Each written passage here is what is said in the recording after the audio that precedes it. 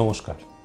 আবার কিছু গুরুত্বপূর্ণ বিষয় নিয়ে আপনাদের সামনে আমি doctor Abhijit Bandyopadhyay, orthopaedic trauma and foot and ankle surgeon.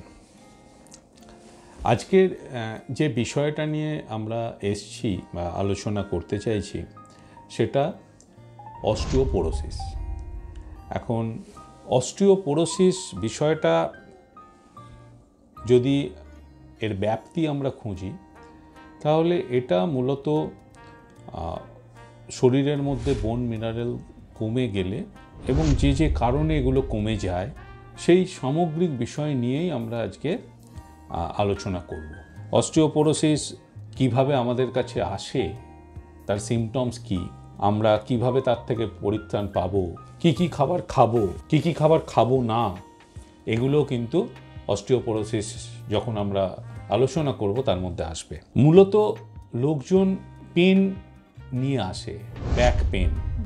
আমরা যেটা দেখি যে সারা শরীরের সাথে সাথে মূলত একটা ক্রনিক রিকারেন্ট বারবার হচ্ছে একটা কোমরের ব্যথা, এই রকম সিমটমস নিয়েই মূলত লোকজন আমাদের কাছে মূলত আসে। এবং সেটা যদি হয় তাহলে কিন্তু আমাদের এই অস্টিওপোরোসিস এই বিষয়টা কিন্তু ভাবতে হয়, কারণ অস্টিওপোরোসিসের জন্য বোনের যে ডেন্সিটি, বোনের যে ঘনত্ব সেটা কমে গেলে স্পাইনাল যে কলাম সেখানে কিন্তু কম্প্রেসিভ ফ্র্যাকচার হওয়ার ভয় থাকে এবং পেন এই ফ্র্যাকচারের জন্যই হয়।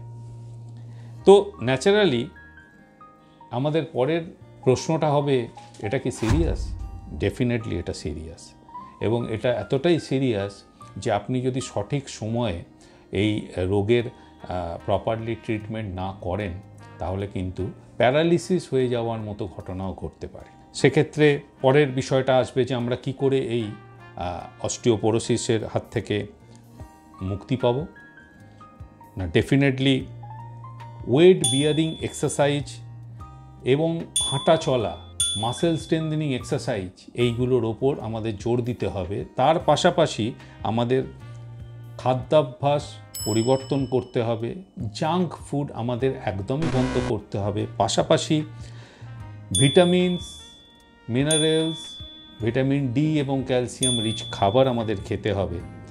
এবং আজকের দিনে দাঁড়িয়ে যে ফর্টিফাইড ফুডস আমরা বলি, মানে অর্থাৎ ফ্রোজেন, বিভিন্ন ধরনের জাঙ্ক ফুড, এইগুলোকে কিন্তু আমাদের অ্যাভয়েড করতে হবে।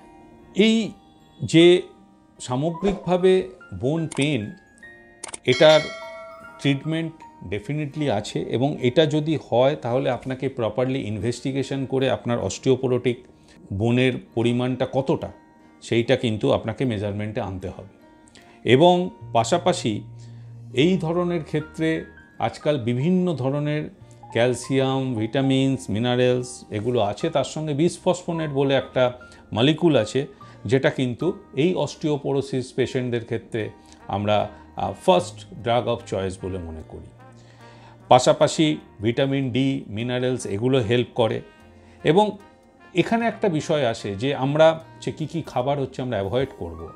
ডেফিনেটলি যে সমস্ত খাবারে প্রচুর পরিমাণে সল্ট আছে, সল্ট জাতীয় খাবার, অর্থাৎ সেটা হাই সোডিয়াম কন্টেন্ট যেখানে আছে সেটা আমাদের একদমই বন্ধ করতে হবে। আমরা হচ্ছে সুগার রিলেটেড ড্রিঙ্কস, যেগুলোতে সুগারের পরিমাণ প্রচুর বেশি আছে, সেটাকে আমাদের বন্ধ করতে হবে। ডেফিনেটলি স্মোকিং, অ্যালকোহল এগুলো থেকে বিরত থাকতে হবে।